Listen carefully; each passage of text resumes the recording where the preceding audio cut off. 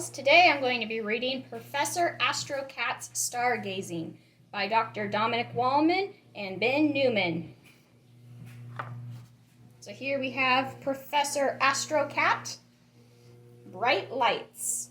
If you look up into the night sky, you can see hundreds of tiny shining lights scattered everywhere. These are called stars. They appear small because they are very far away from us in outer space. Looks like it's time for another intergalactic adventure. Let's jump into our spacecraft and take a closer look at these wonderful stars. The speed of light. Even though light is the fastest thing in the universe, it still takes the light from stars an incredibly long time to reach Earth. The distance that light can travel in 1 year is called a light year. If you had to walk 1 light year, it would take you about 225 million years. Even your grandparents aren't that old. We have my cat joining us. Excuse me, Lumos. Most stars are so far away that the light you see from them today actually left those stars millions of years ago. That means that looking into space is like looking into the past. What is a star? A star is an enormous ball of burning gas in outer space, which gives out lots of energy. You can see and feel this energy through heat and light. Don't get too close, though. This star is incredibly hot. In fact, most stars are millions of times hotter than a kitchen oven. The gas that makes up a star is held together by gravity. Gravity holds all objects in the universe together. It's what pulls you back to Earth when you jump up into the air. How stars are born. Every star begins as a cloud of gas floating in space. Gravity pulls all of this gas closer together. As it swirls inwards, the gas heats up.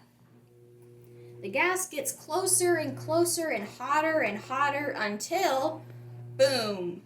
In a flash of light and heat, a star is born. Our star is so close that we can see it during the day. In fact, it gives us daylight. Yes, our incredible sun is a star too. The sun is the closest star to Earth and is the center of our solar system. Its energy is what gives us heat and light. Earth is the perfect distance from the sun. It's neither too hot nor too cold, which means water can exist on it and life can grow. We are very lucky.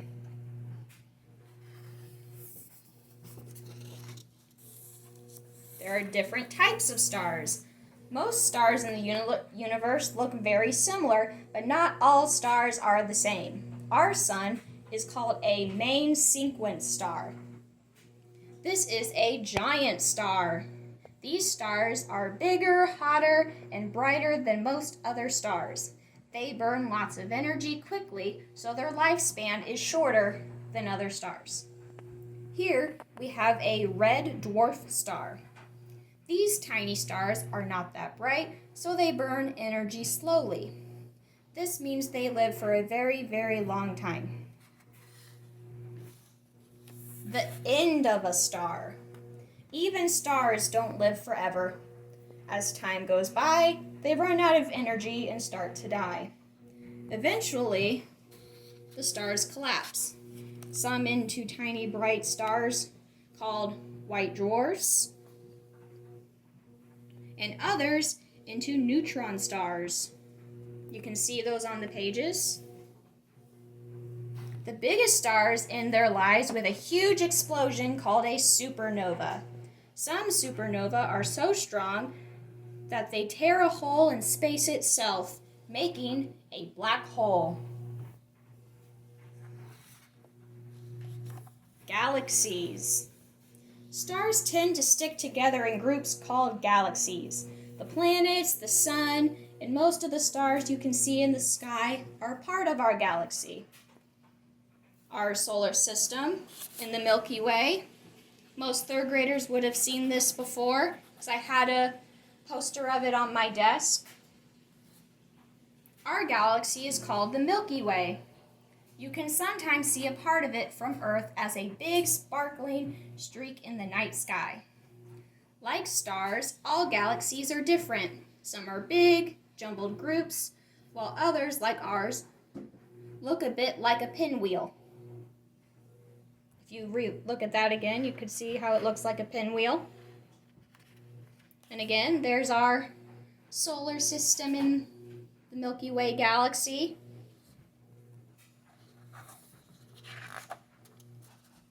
Distant stars. Here we have the Andromeda galaxy. It is the nearest galaxy to ours, though it is still millions of light years away. The light from this galaxy has been traveling for such a long time that what we see today is actually how it looked before humans existed. It's one of the few galaxies we can see from Earth, but there are millions of other galaxies even further away in deep, dark space.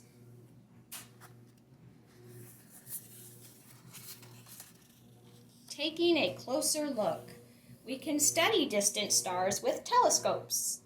They let us see faraway items more closely. Some telescopes are small enough to place next to your bedroom window, but some are so big that they require their own special building called an observatory. The Hubble Space Telescope is special because it's floating in space right now. It takes beautiful photographs of faraway galaxies and sends them back to us on Earth. One thing you could look up at home is they actually have Instagram for the Hubble Space Telescope. You could look at all those beautiful photos. Stargazing. You don't need a telescope to gaze at stars in the night sky. A long time ago, people would look up and play connect the dots with stars to make pictures. These pictures are called constellations. They are named after characters from famous stories like Pegasus the Flying Horse or Leo the Lion.